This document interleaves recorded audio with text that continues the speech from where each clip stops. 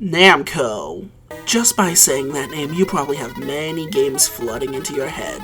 Whether one of their absolute classics like their arcade games, Pac-Man, Mappy, Xevious, to their more ambitious home console focuses like Tekken and Ridge Racer, Namco left one of the most colorful histories in the medium of video gaming in its wake with its death in 2005. Now, I know somebody's gonna get all uppity and say, "Oh, Namco's still around, they publish games like Dark Souls, how do you not do that?" Keep in mind when I mention Namco, I mean Namco Limited, not the current Bandai Namco we have now. Namco pioneered so much in video gaming that to listen to always take a video far beyond the scope I can achieve. Throw a dart at a wall of random Namco classics and you're going to hit innovation somewhere. Hey, look, I hit one. Yes, one of Namco's most quietly innovative games was Dragon Buster, released in 1984 and released to a bunch of Japanese home computers and the Famicom. This is the arcade version running off the PS1 Namco Museum Volume 2, so let's give this game the quick look it deserves. It's a deceptively simple platformer. You play as Clovis, a swordsman who takes it upon himself to rescue Princess Celia and slay the evil dragon holding the kingdom hostage. To do this, you hack anything that comes your way, jump with a leap so stiff I'm pretty sure Clovis's knees crack every time. Cast the occasional magical spell and try to conserve as much health as possible to bounce the big bad dragon. So, what's innovative here exactly? Well, this is one of the first games ever to have a double jump. Love them or hate them, double jumps have stayed as a way to make platforming that much easier. What you cannot hate is the life bar. Yes, Dragon Buster was one of the first to give you a health bar instead of just lives or numbers to determine how close you were to failing. I wasn't able to reach Celia, but it's a fun game to kill an afternoon with, if you want to try. So why are we talking about this game? It's not the game in the title. Well, Dragon Buster managed to nab itself 2 sequels. The first being Dragon Buster 2 Yami no Fluid. Okay, class, pop quiz. Do you think this game made it across the Atlantic? The second was Dragon Valor, the subject for today. Now, Namco didn't develop Valor, it was handed off to Now Production. You've never heard of them. I've never heard of them. What did they make? Oh.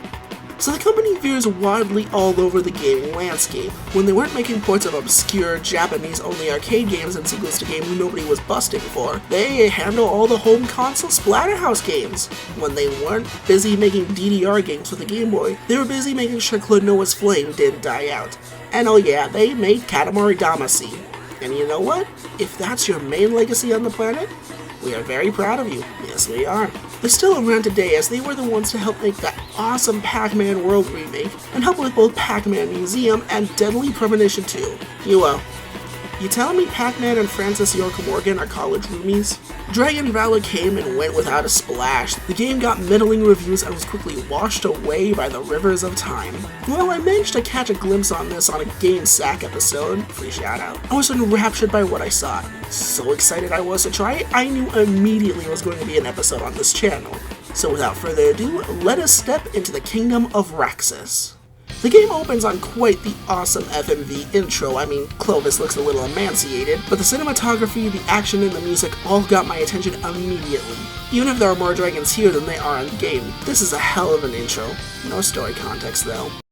We start the game off and we learn that in this universe, dragons are always chaotic evil, and only the magical sword wielded by Dragon Valor are able to cut them down. And as of right now, one dragon descends on Breeze Forest in the kingdom of Jirat. Unfortunately, the current Dragon Valor doesn't seem up to the task and seems to have taken up an interest in smoking. Enter Clovis, who looks nothing like his arcade origins. Actually, his portrait looks a little bit like Asterion if the wind blew back his hair.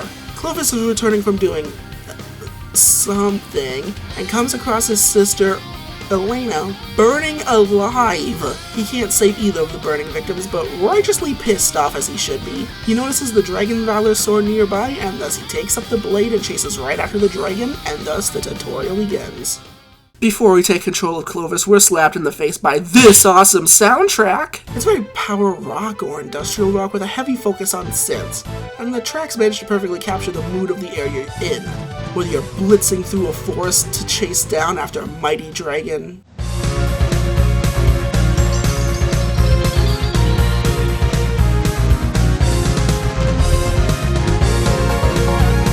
skulking down the ruins of a long-forgotten catacomb,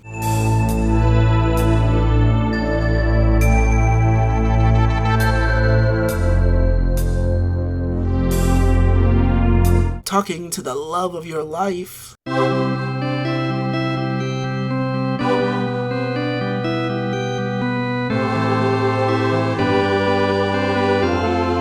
Or facing down a horrific boss, this has it all.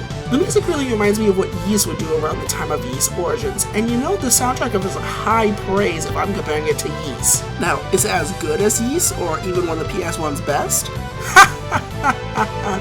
No, but to be fair, that's a tough fucking competition. Sound effects are quite heavenly across the board, managing to capture that fantasy essence without going overboard. The only massive shame is that there are no voice acting, though it's not like it was the only one. While the game's music and sound are punching well above its weight, the same cannot be said for the graphics. There's nothing wrong with them, but there's nothing that pops out or looks unique either. The portraits sometimes look asinine, 10, and 11, but other than that, there's nothing so offensive nor beautiful I need to drag it out. Finally, we get to the gameplay and we learn that this is an action RPG by way of hack and slash. Hey, wait a minute, you have deceptively few controls. You can jump, double jump, cast magic, use a simple 3-hit combo, duck, and run. However, while this is a rather simple toolkit, the game allows you to mix and match these to interesting effects. For example, sprinting and attacking will have you do a running slash, sprinting then ducking will allow you to go for a long thrust. Jumping while ducking has you slam your sword down, while double jumping while ducking has you do a ground pound. Jumping while after attacking allows you to do a fully invincible backflip, and hitting that button again will make you do it twice. Or you can attack to switch to whoever you're attacking to, or to punish the poor fool who just picked himself off the ground. All this and more are available from this seemingly small move pool, and you might notice a few things carry over from the arcade game, eh? You can also block any physical attack from the front by standing still, but it's really precise and also boring, so I usually just 8 attacks, but it does have its uses later. And oh yeah, in case you didn't notice, the health bar and ability to double jump have hopped over from Buster. Speaking of, now this little doohickey entered the fray. In Dragon Buster you only had fireballs to deal with, but now you get a whole variety of magic ranging from healing spells to stealth spells to a defensive buff that doubles as an offensive buff because it makes your sword grow longer. Insert sexual pun here. Unfortunately, magic is really hard to work into your move kit, that or I didn't care enough, because running around smacking things with my sword was just too much fun and I didn't care about trying to fight at range. The controls are wonderful for this and allow you to get in, duck, dive, and dodge enemies and lay into them with one of your moves. The only draw I have against combat here is that enemies also get iframes designated by them glowing here. So ironically, your 3-hit combo is the most devastating of all your moves, although it is rather risky, so there is a nice trade-off there. But that's all stuff that makes for a hack and slash, not an RPG. So how do you go about getting more buff and smart? Well, this is the rare RPG where you don't level up from gaining experience levels. Instead, on the ground, you'll find various items that'll give boosts to your health, magic, or your offense and defense. For reasons that will become clear later in the video, the vast majority of these upgrades are lost upon completion of the chapter. Basically, anything that gives you a major boost to your stats is lost. These usually come in the form of these chalices and gems. All of the minor incremental upgrades, however, are permanent and they carry across chapters. Man, I'm being vague. What is it all building up to? The last two notes of gameplay proper is probably the level design and the bosses. Notably, each level is kind of a boxy single through line of fighting every dumb fool stupid enough to get in your way while occasionally solving a small puzzle or two, and some minor side deviations along the way. Puzzles are actually pretty neat, as they are the few parts of this game where magic is outright required. What's pretty neat is none of the stuff that you need to use magic on is outright told to you, it's all intuition based. Okay, so a torch I need to use the fire spell on, the burning platforms I need the ice spell. Speaking of using magic in dungeons, I lied, there's exactly one type of enemy where using magic is outright required. All undead foes do not stay down after killing them, you need to hit them with the edge of the cure spell to put them down for good. Why? Well, revive kill zombie, of course. No, I don't know why the defensive spell couldn't have worked, it's kinda dumb. Finally, that double jump you have isn't just for show. When the worlds aren't testing your muscles or your mind, they're usually testing your ability to leap long distances, which I suppose is also muscles, but shut! There's no bottomless pits in this game to my knowledge, well, at least one that you can fall into. So all that happens if you miss your jump is missed time or HP depending on whether you're hopping from platform to platform or getting an impromptu colonoscopy. This game has a rather decent rate of challenge in all 3 departments, with enemies barely surviving a combo, puzzle a toddler can do, and platforms so big even Dorothy from the SNES Wizard of Oz can hit it. As the game goes on, however, hazards are almost always underneath you, platforms border on the minuscule, puzzles at the very least require you to have a bit of guile before planning your big moves. I guess the last thing to talk about are the boss fights, which, to be fair, are pretty dang fun across the board. Every single one of the end chapter boss is a dragon of some sort, no ifs, ands, or buts. But there's a ton of mini-bosses between the start and ends. For the most part, all bosses fight on an equal playing field as the player. Most of their physical attacks can be blocked, and your iframes work as expected. A few bosses have elemental immunities, but not a single one can't be dealt with by running up and smacking it. One feature I really like, however, is that every boss also has iframes, but unlike almost any game I can think of, really, every boss flashes brightly and back to normal to let you know whether they're vulnerable or not. Of the bosses I played, the only one that sticks out in my mind as being unusually bullshit was the Magic Knight, since he's the only boss in the game whose attacks last so long your iframes don't mean a damn bit of difference against. But hey, I managed to kill him without dying, so you know. In truth, that's all that really matters for gameplay. Playing Dragon Valor is pretty simple, but ultimately it's satisfying as all heck to carve through these draconic hordes and topple these tyrannical behemoths with nothing but the clothes on your back and a magic sword. So let's catch up with Clovis here, why don't we? No spoiler warning here, the story is nothing special and I won't even tell you the majority of it. After he slays the first dragon, another dragon is immediately birthed from it. Some fucking how? Because screw humans, dragons breed via mitosis. Clovis spends 5 years tracking the thing down to the nearby kingdom of Raxis, which is currently in the middle of a hostile takeover by the Azael Knights, their boss Volif, and the dragon. Clovis hears the word dragon and immediately begins dismantling the rebellion one by one. On the way he meets a cute inventor girl named Carolina, and Clovis explains he could give less of a shit about liberating Raxis, but he'll do it because it's on the way to the Dargon. Clovis is kind of an asshole. He is so tunnel visioned on the dragon that he kind of reminds me of Jack Garland or God of War 3 Kratos, where he's so single track minded to kill the dragon, it comes at the cost of everything else. He does reveal he's not completely heartless, where Carolina reveals her dad was also slain because of the dragon, and vows to avenge both his sister and her dad. Later on in the castle, if you do a bit of digging, you'll come upon a locked room, and if you bust in, you'll meet Princess Celia. And Clovis couldn't give less of a shit. He's openly rude to her and pretty much says he doesn't care about her status. It's amazing. And the payoff is even funnier. And if you notice a few parallels right now, plot twist, Dragon Valor is a remake of the original Dragon Buster, down to the plot kind of being the same. Clovis goes back to the castle, roughs up Volif, roughs up his boss, and Volif comes back for round 2 right before the Dargon. Clovis proves sequels aren't always better than the original as he slays the Dargon with prejudice. We also get kind of a sad scene where Clovis finally has his revenge, but with his whole life dedicated to killing the dragon, he's got nothing left now. It doesn't last, however, as the scroll reveals that after he pulls a stint as Celia's bodyguard, and then, for reasons I cannot fathom if you put a gun to my head, Celia marries Clovis, and they have a son together. Then Clovis dies, like literally in the next plot scroll. What's that? Element of surprise! Dragon Valor isn't just a remake, it's a sequel. Yes, at the end of almost every chapter, you play as a new generation of draconic ass-kicker. Clovis and Celia give birth to Arlen, who's thrust between a war led by a splinter of Raxis, led by the son of Volif. That's what he's after. It's hilarious because you didn't kill Volif, the dragon did. And yet this guy is even more trusting of the dragon. Arlen is a lot more kind than Clovis ever was, but sadly he's pretty boring as a result. After saving his mother from Ladanya, that is a name, he marries the leader of the rebellion to the rebellion, and they have a child by the name of Philippe, who actually looks like how Clovis did in Buster. Philippe is a bit of a crafty fella. His entire chapter begins because he enters the kingdom of Jurat under the guise of a martial arts tournament. Except he just really joined to check out his arranged bride, Princess Jean. Turns out the minister had other plans and was colluding with the Dargons. And to save Jean's life, he actually complies to the minister's demands and hands over his magical sword. Awesomely, however, he immediately grabs his sparring partner's swords and takes off to get it back. When that fails, he immediately puts in the legwork to learn of and recover another magical sword, Soul, and then returns to kick some draconic ass, as well as flirt with his bride-to-be along the way. Philippe was my favorite protagonist. He's got all the heart of Arlen and the guile of his mom, which helps his chapter being a pain in the ass. See, without a magic sword, you do pitiful damage to, well, everything. It isn't until he gets Soul that he's able to start breezing through again. It's a neat bit of gameplay and story integration, but that's still such a pain in the butt. Interestingly, Philippe never recovers Azos, the first magical sword, and instead one of the minions of the Dargans, Crassel, reveals that there's some sort of secret to the magic swords, but he leaves Philippe blue-balled on information, so what can he do? Well, get busy getting busy once he's an adult, and have not one but two children, which we'll be getting very familiar with very soon.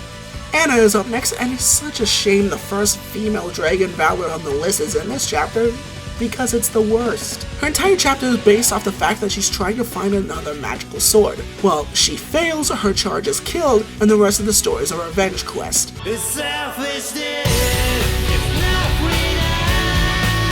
We don't even know Anna all that well throughout the chapter. She comes off as completely reactionary in this chapter, adding the longest level so far, filled with time-wasting puzzles and having to go back and forth in rooms full of enemies, and it becomes a drag fast. It picks up in the second half, but by that point the story has hit full revenge quest. Awesomely, Anna is not only able to kill a Dargan, but takes out all three of its underlings, though Crassel survives his fight to fill in the last flame into the story, by tricking Anna into thinking she had slain him for good to steal Soul. With all three swords, Crassel reveals the swords are the key to reviving the big bad uber dragon, Dahaka, which they did mention beforehand, but to be fair, it could have been yada yada the way up to this point. Crassel buries Anna inside the tomb they're in, and we switch over to Anna's brother, Mihail.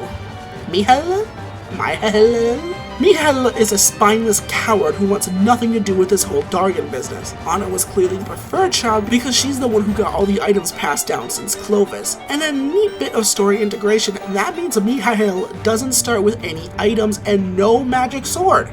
Have fun. You can survive long enough. Anna reveals dropping a temple on her didn't exactly work, although she's in no condition to fight. She's bleeding out pretty badly. She hands Mihail all the items and tells Mihail to stop the resurrection of Dahaka, and Mihail, this fucking coward, says he doesn't want to do it.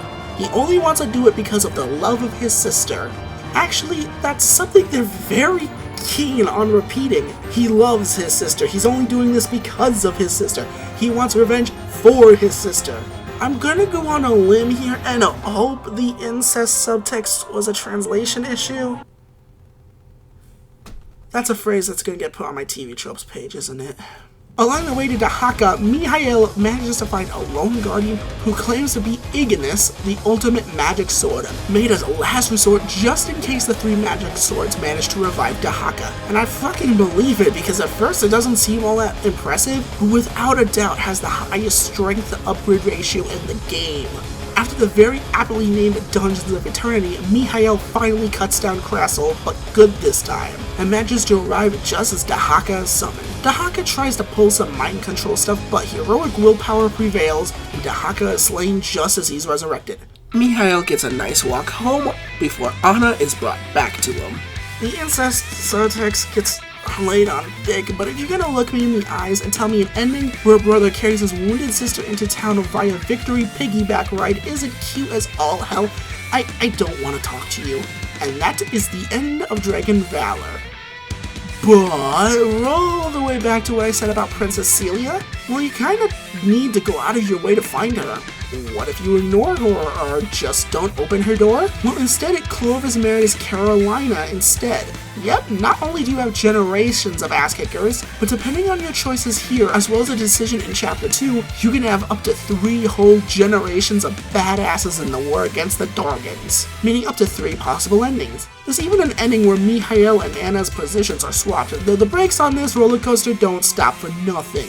While my route was possibly called the Soul route, I prefer to call it the Dragon Buster route, because while the others are kind of like the Valor exclusive routes, this one seems to be the most canonical. Well, it would be, except Dragon Valor didn't get a sequel. Low sales might have contributed to that, and let's face facts, by the time Dragon Valor made it home, almost every single amazing JRPG that was made for the PS1 had already been greenlit and released. There was nothing Dragon Valor could have done. It was released in 2000. By that point, the PS2 was on its way in 3 months. So the Dragon Buster series died as it lived in the flash of a blade. Maybe it was made into a sequel unlockable in Tales of the Abyss, but other than that, the series is stone cold dead. And you know what? I'm happy with that. This was the series, I think, as far as I could go without changing its identity. And in case you haven't picked it up yet, I really love that identity. Dragon Valor easily shot its way into one of my favorite PSX games of all time. It may not be up there with Spyro, Symphony of the Night, or games like Resident Evil and Final Fantasy, but hey, 10th or 15th place out of 4,300 ain't exactly shabby now.